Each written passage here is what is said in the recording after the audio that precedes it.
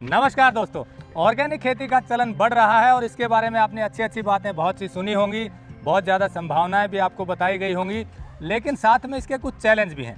मेरे साथ हैं लक्ष्य डबास, दिल्ली के जटखोड़ गांव में 10 एकड़ में ऑर्गेनिक खेती करते हैं। साथ में फार्म हाउस भी डेवलप किया हुआ है, यहाँ एग्रो टूरिज्म भी इन्होंने शुरू किया है। ज़्यादातर ये सब्जियाँ उगाते हैं और सीधी सप्लाई करते हैं कस्टमर को। बहुत से ग्राहक इनसे जुड़े हुए हैं। उसके बाद भी इनको बहुत से चैलेंज आते हैं। हमें लगता है कि दिल्ली में है और ऑर्गेनिक खेती कर रहे हैं, ग्राहक सीधे जुड़े हैं तो लाखों करोड़ों की कमाई होगी। ऐसा नहीं है।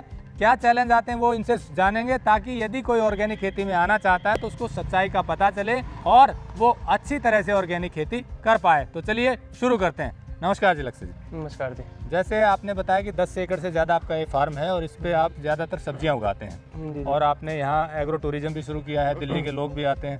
तो शुरू से बताएं कि क्योंकि अच्छी बातें तो बहुत से लोग बताते हैं, पीछे के चैलेंज नहीं पता चलता है।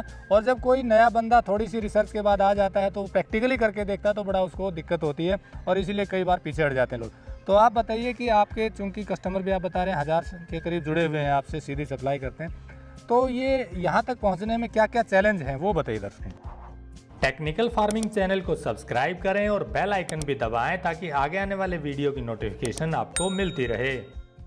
देखिए, खेती सबसे पहले तो आपको सब्र सिखाता है। आज 1000 कस्टमर हैं हमारे जो हमसे मंथली लेते हैं, लेकिन वो मुकाम पहुंचते पहुंचते हमें 5 साल लग गए हैं।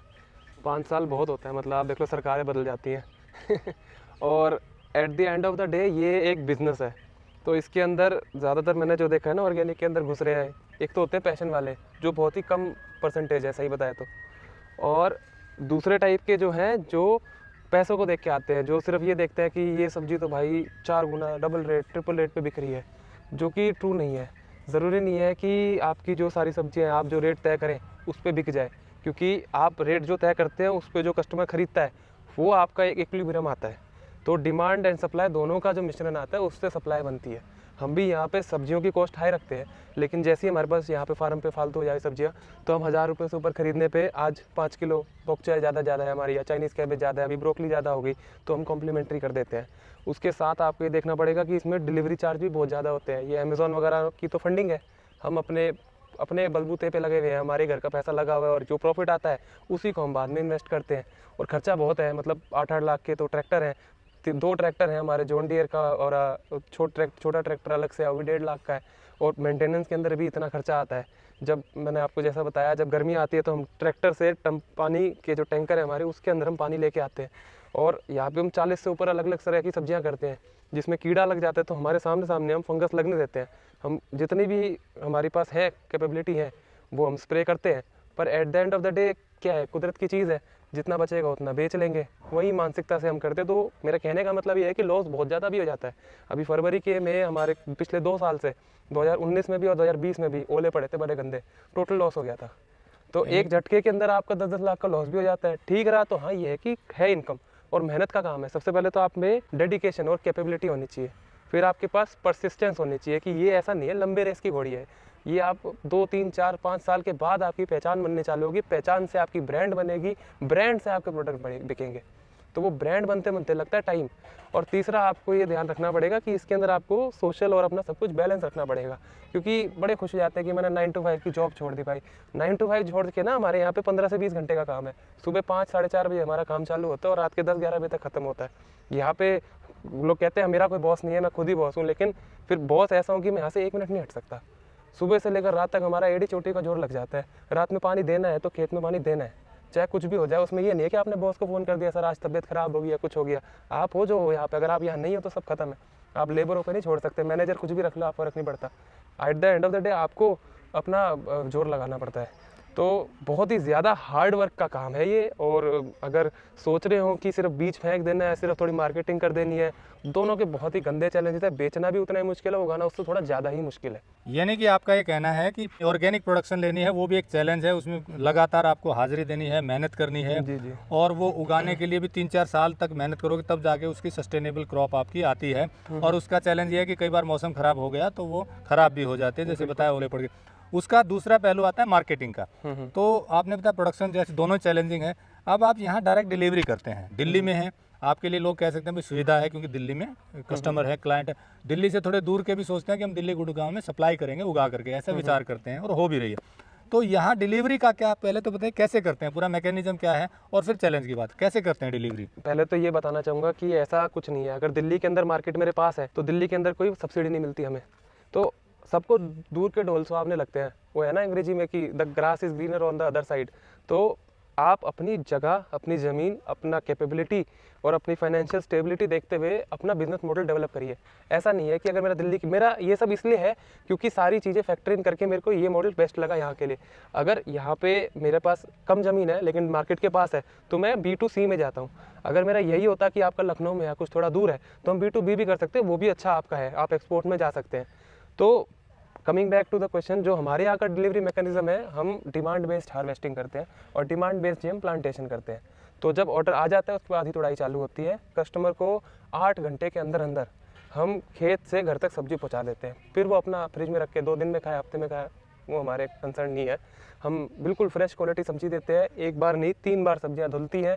सब अभी सफाई करते दिखाएंगे। सब्जियाँ जब हार्वेस्टिंग होगी पूरा ढंग से सैनिटाइज होता है सारा कुछ गाड़ी में। मतलब ये 1% भी जो जैसे हल्का सा टमाटर में क्रैक है, कोई भी डीफॉर्म्ड है, कहीं भी पत्ता थोड़ा खाया हुआ है, वो सब हमारा डिस्कार्ड हो जाता है। सिर्फ नंबर 1 क्वालिटी जाती है, क्योंकि मार्केट ऐसी है। ऑर्गेनिक वाले कहते हैं कि हम 2-3 रुपए तुम्हें परसेंटेज फालतू दे रहे हैं, तो हमारे को एकदम बढ़िया माल चाहिए। यानी कि आप उसी अनुसार सब्जियां उगाते हैं, तो डिमांड है अलग अलग तरह की सब्जी। कितने तरह की सब्जियां उगाते हैं यहाँ पे? हमारे पास 45 से ज़्यादा सब्जियों की वैरायटी है। जो कुछ भी इस इन्वायरमेंट में हो सकता है वो सब होता है, वो उगाते हैं और डेली का ऑर्डर लेते हैं, उसके हिसाब से वो हार्वेस्ट करते हैं, पैक करते हैं, सुबह फिर डिलीवरी के लिए गाड़ी में चले जाते हैं और डोर टू डोर डिलीवरी करते हैं। तो इको गाड़ी है हमारे पास कमर्शियल, उसके डिलीवरी बॉय अलग है। एक मेरी प्राइवेट अपनी इको गाड़ी है, एक मेरी स्कॉर्पियो गाड़ी है।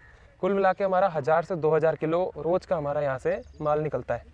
1000 से 2000 किलो निकलता है। हाँ, जैसे संडे छुट्टी है तो संडे नहीं हो गया, किसी ने ज़्यादा है, वीकेंड पे थोड़ा ज़्यादा बढ़ जाता है। कभी कभार कोई बड़ा वीकेंड आता है तो सब्जियाँ कम भी हो जाती हैं ऑर्डर, क्योंकि हमारे जिस टाइप के कस्टमर हैं वो छुट्टी होते ही बाहर घूमने चले जाते हैं या कहीं फंक्शन है, कुछ है। तो है हमारे पास डाटा, हम एनालाइज करते हैं और सीधा डाटा ड्रिवन है। अपना अंधे में तीर नहीं छोड़ते हैं, क्योंकि अंधे में तीर छोड़ोगे बाद में कुछ भी आप बोलोगे कि ऐसे किस्मत पे नहीं छोड़ना। अगर किस्मत में छोड़ोगे तो अपनी किस्मत को दोष देते रहोगे। You have to be practical, you have to study statistics, कि आपको नंबर, आपके कस्टमर्स क्या कह रहे हैं, कस्टमर्स को सुनो। वो जो सी वैरायटी हमें बोलते हैं हम वो लगाते हैं। वो कहते हैं हमें आपका फार्म विजिट करना है, हमने कहा आओ। हमने बहुत तरीके से फार्म बना दिया कि आओ तो भाई देखो, और पैसा खर्चते भी मज़ा है, और हम खाना भी बढ़िया देते हैं। फिर हम यहाँ सामान भी डिस्प्ले करते हैं। आपने मार्केटिंग को थोड़ा बढ़ाने के लिए एग्रो टूरिज्म शुरू किया, यानी कि लोगों को यहाँ बुलाना शुरू किया, उनको दिखाते हैं, फिर वो जुड़ते हैं तो उनको और सब सप्लाई एक ही अम्ब्रेला के अंदर है ना, एक ही में। तो यहाँ वो जब आ रहे हैं तो एक तरीके से इस चीज़ की मार्केटिंग हो रही है। और ये जो मार्केटिंग करेंगे ना, जो कस्टमर आ रहे हैं, इन्होंने देखा है अपनी आंखों से जब ये जाके अपने 4 लोगों में बताते हैं ना, तो वो पक्के वाले कस्टमर बनते हैं। तो ये जैसे आप बता रहे हो कस्टमर भी बन गए, हम जैसे चैलेंज की बात कर रहे थे कि चैलेंजेस जो आते हैं, अब इसमें 10 एकड़ में आप सब्जियां लगा रहे हैं और भी चीज़ें लगा रहे हैं और डायरेक्ट सप्लाई भी हो रही है, लेकिन उसके बावजूद भी रेट भी ठीक मिलता, तो क्या सब्जियां खराब होने का, खर्च होने का, वो जब हम रेशो निकालते हैं तो एक किसान की यदि खेत से कोई दूर दराज का है, उसकी डायरेक्ट बिक रही है बल्क में, और एक आप अलग अलग, तो कहीं ये होता है कि इसमें ज़्यादा फ़ायदा बहुत ज़्यादा है या उसमें बहुत फ़ायदा कस्टमर डायरेक्ट बेचने में है और सरदर्दी कम बल्क उगाने में है। बल्क बेचने में? हाँ, कि आपने मोटी फसल कर दी, गेहूं दाल, आपके पास ठीक ठाक सप्लायर है, थोड़े कम भी मार्जिन पे दे रहा है। पर अब गेहूं में क्या है, आपने गेहूं लगा दिया नवंबर में अपना दिवाली के टाइम पे, फिर आपने कल्टीवेट, वो भी रेंट पे हो जाता है, मशीन से ही बीज लग गए, 2 या 3 बार पानी देना है, फिर हार्वेस्टर से कट गया। तो कुल मिला के आवर्स आप देखें कितने स्पेंड हो रहे हैं और यहाँ पे कितना आवर स्पेंड हो रहा है, तो सरदर्दी कम है उसमें। इसके अंदर मार्जिन ज़्यादा है। अगर आप पुल ऑफ कर पाते हैं तो मार्केट है तभी कर सकते हैं, और मार्केट बनाने में बहुत टाइम लगता है, बड़ी मेहनत लगती है। ये ऑर्गेनिक में इतने ज़्यादा कॉम्प्लिकेशंस आ गए हैं कि कई कस्टमर तो ऐसा सेगमेंट बन गया है जो ऑर्गेनिक सुनते ही भाग लेता है, ऑर्गेनिक है तो महंगा होगा, ऐसे भी हो गए। तो उनको ट्रस्ट कराना पड़ता है, उनको दिखाना पड़ता है, पीछे पड़ना पड़ता है। फ्री में सैंपल बांटे हैं। अभी तो हमारी अच्छी ठाट है, हमारे पास खुद दुकानदार आते हैं, आप हमसे सामान लीजिए। पहले हम दुकान पे अपना सामान लेके जाते थे कि हम खेत से आए हैं, हमारा ये खेत है, हम ये हैं, और मैं बस सिक्योरिटी वाला मेरे को मैनेजर से मिलने भी नहीं देता था, ये भी टाइम था। अब हमारे मॉल्स में रखे जा रहे हैं, तो ब्रांड बता रहा हूँ ना। यानी कि आपने जैसे बताया कि आपने भी खुद जा के गाड़ी में लगा के स्टॉल बेचा है, और कई दिन दिल्ली के अंदर जितने भी डिस्ट्रिक्ट पार्क हैं, पूरे नॉर्थ वेस्ट डिस्ट्रिक्ट और सेंट्रल डिस्ट्रिक्ट, 9 डिस्ट्रिक्ट पार्क में कवर करता था। वहाँ पे डिस्ट्रिक्ट पार्क के अंदर लोग भागने वगैरह आते थे, सुबह 5 बजे से लेकर 8 बजे तक मैं सब्जी ले लो करता, वहाँ पे चीखता था, तराजू लेके मैंने खुद बेची है सब्जियाँ। उसके रीज़न ये नहीं थे कि मेरी मजबूरी थी, मेरे को सीखना था, क्योंकि कस्टमर बिहेवियर समझ लिया ना। बेसिकली क्या है एंटरप्रेन्योरशिप, अब एक टाइम पे एक कंपनी थी ओला, उसने देखा कि लोग परेशान हो रहे हैं कि आपको गाड़ी टैक्सी मिलने में दिक्कत हो रही है, और उसी तरफ आपने टैक्सी वालों से बात करी, उसने बोला टैक्सी वाला परेशान हो रहा है, ग्राहक नहीं मिल रहा, तो उसने फ़ोन पे एक ऐप ले आया। तो अगर आपको प्रॉब्लम को समझना है, उसका सॉल्यूशन निकालना है, तो पहले असली जड़ प्रॉब्लम क्या है वो पता होना चाहिए। अब मैं खुद खुरपी चलाता हूँ, मुझे समझ में आता है इसमें यार ये क्या बेकार का काम है, खुरपियाँ लेकर लग रहे हो पागलों की तरह। तो मैं उस पर वर्क कर रहा हूँ कि हम थोड़ी ऑटोमेटिक वीडिंग मशीन लाएं, जिससे हमारी लेबर भी बचे और थोड़ी हम प्राइसिंग कम कर पाए। तो एंटरप्रेन्योरशिप वही होता है जो प्रॉब्लम को समझे और उसको सोल्यूशन दे, ये पकड़ना पड़ेगा। तो अभी अगर क्रक्स की बात करें तो आपका ये सारा मैकेनिज्म में प्रॉफिट की बात करें, क्योंकि अल्टीमेटली बिजनेस प्रॉफिट के लिए होता है। जी जी। तो उसमें कहाँ आप स्टैंड कर रहे हैं, अब कंपैरेटिव एनालिसिस करें तो? प्रॉफिट ये है कि जब बढ़िया चल रहा, लॉकडाउन में एकदम से कम हो गया था हमारा। लॉकडाउन के पहले जब अनाउंसमेंट हुआ तो मेरे को याद है एक दिन में हमारे 5% ग्रोथ, 5 गुना ग्रोथ हुई थी। लॉकडाउन मोदी जी ने 8 बजे अपना उठे, नहाए धोए, उन्होंने कर दिया अनाउंसमेंट कि आज शाम से बस अब छुट्टी है। तो उसके ही रात को हमारे इतने ऑर्डर आ गए, लेकिन फिर वो जिन्होंने सामान ले लिया 10-10 किलो आटा सबने, फिर उसके 2 महीने बिल्कुल हमारा जो आता है ना लीवर्ड साइड जो होता है वो डाउन हो गया। इसमें ऊपर नीचे चलता रहता है, बिजनेस के अंदर ऐसा कुछ वो नहीं है, फिक्स सैलरी है। पर हाँ ये है कि मैं, मेरा भाई और मेरे पिताजी, हम तीनों अपने लाख रुपए बचा लेते हैं महीने के, इतना हो जाता है अपना। 10 एकड़ में आपका 3 10 एकड़ से ज़्यादा है ना अपना, क्योंकि हमारी गेहूँ भी है, मोटी फसलें भी है। मेरा कम से कम भी तो 28 एकड़ अपनी खुद की है। यानी कि टोटल 28 एकड़ में करते हैं, और 10 एकड़ में सब्जी वगैरह लगा। उसके साथ साथ 50 से 55 हमारे फार्मर है।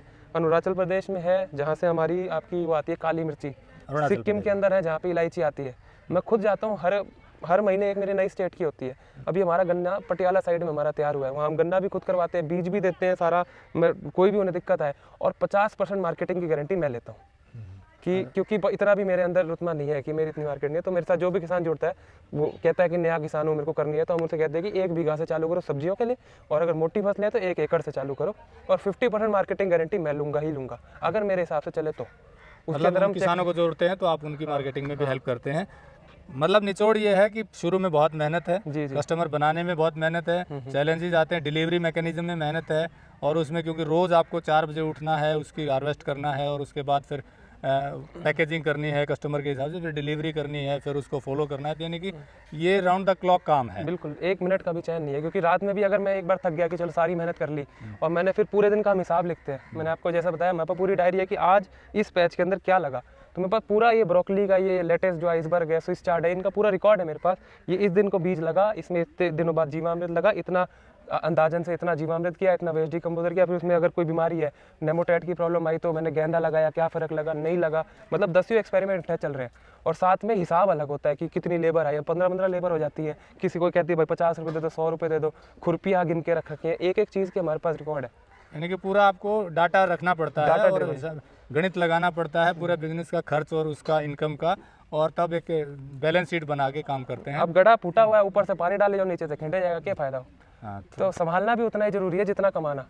यानी कि इसमें पूरी आपको हाजिरी लगानी पड़ेगी। और दूसरा आपने बताया कि सिर्फ इकोनॉमिक के अलावा भी इसमें जो दूसरे बेनिफिट हैं वो ये है कि साइकोलॉजिकली हेल्थ का है, वो इसके एडिशनल बेनिफिट का जिसका जुनून है वो थोड़ा और बताइए, जो आप सोचते हैं कि भाई लाइफ स्टाइल है, ये लाइफ है, अपनी ठाट है। और लोग पूरी साल भर अपना ज़िंदगी गुजार देते हैं, फिर सोचते हैं हम फार्म हाउस में आएंगे। अभी 26 साल का होकर मेरे पास इतना बढ़िया फार्म हाउस है। तो दिल्ली की लाइफ दिल्ली में ही है, लेकिन दिल्ली की लाइफ जो है सिटी लाइफ से कंपेयर करें तो सुबह उठो, आपका बढ़िया कोयल, आपका तोते, इनकी चहचाने से आपकी गुड मॉर्निंग होती है, फिर बढ़िया खाना, कोई भूख लगी अपना ककड़ी खाओ, सब खाओ, कोई दिक्कत नहीं। तो एक लाइफस्टाइल है जो एडिड बेनिफिट है। अगर इस जगह को मैं बनाऊँ रिजॉर्ट तो कम से कम भी 5,000 रुपये दिन का तो मेरा लगेगा ही। तो एक तरीके से मैं वो लाइफ अभी जी पा रहा हूँ, तो उसको मैं देख लेता हूँ कि चल थोड़ा घाटा हुआ, लेकिन सेहत देखो बढ़िया हो रखी है। मतलब इकोनॉमिकली भले ही थोड़ा स्ट्रगल करने के बाद इस मुकाम पर पहुंचे, लेकिन एडिशनल बेनिफिट ये कि हेल्थ का है, साइकोलॉजिकल इसमें ये ना होगा आपका ये है ना कि ये नहीं होगा इसके अंदर कि आप हो सकता है थोड़ी कमाई कम हो, लेकिन ये नहीं होगा कि आप 30 साल 35 साल की उम्र के बाद कोई आश्रम में जाके बैठे हैं कि भाई I have lost the meaning in life, और मेरी सेहत ऐसी हो रखी है, मैं उठ नहीं सकता, मैं कमा तो बैठा हूँ पर मैं चीनी तक नहीं खा सकता। तो बैलेंस होता है लाइफ का, और यही सस्टेनेबिलिटी है कि लॉन्जिटिविटी कितनी है। तो मेरे हिसाब से एक लाइफस्टाइल को देखें तो उस मामले में मेरे लिए बेस्ट सूटेड है। शायद आपके लिए हो, शायद आपके लिए ना हो, बिना करे तो पता चलेगा नहीं। तो दोस्तों, जैसा लक्ष्य डबास ने बताया कि यहाँ ऑर्गेनिक खेती शुरू इन्होंने कई साल पहले की थी, और पूरे परिवार के साथ लगे रहते हैं। चैलेंज बहुत आते हैं, मेहनत करनी पड़ती है, ये पार्ट टाइम जॉब नहीं है, इसमें आपको लगातार फुल टाइम काम करना पड़ेगा, लेबर को संभालना पड़ेगा, पूरी रिसर्च के साथ करेंगे धीरे धीरे कस्टमर बनेंगे तो आपका बेनिफिट भी शुरू होगा।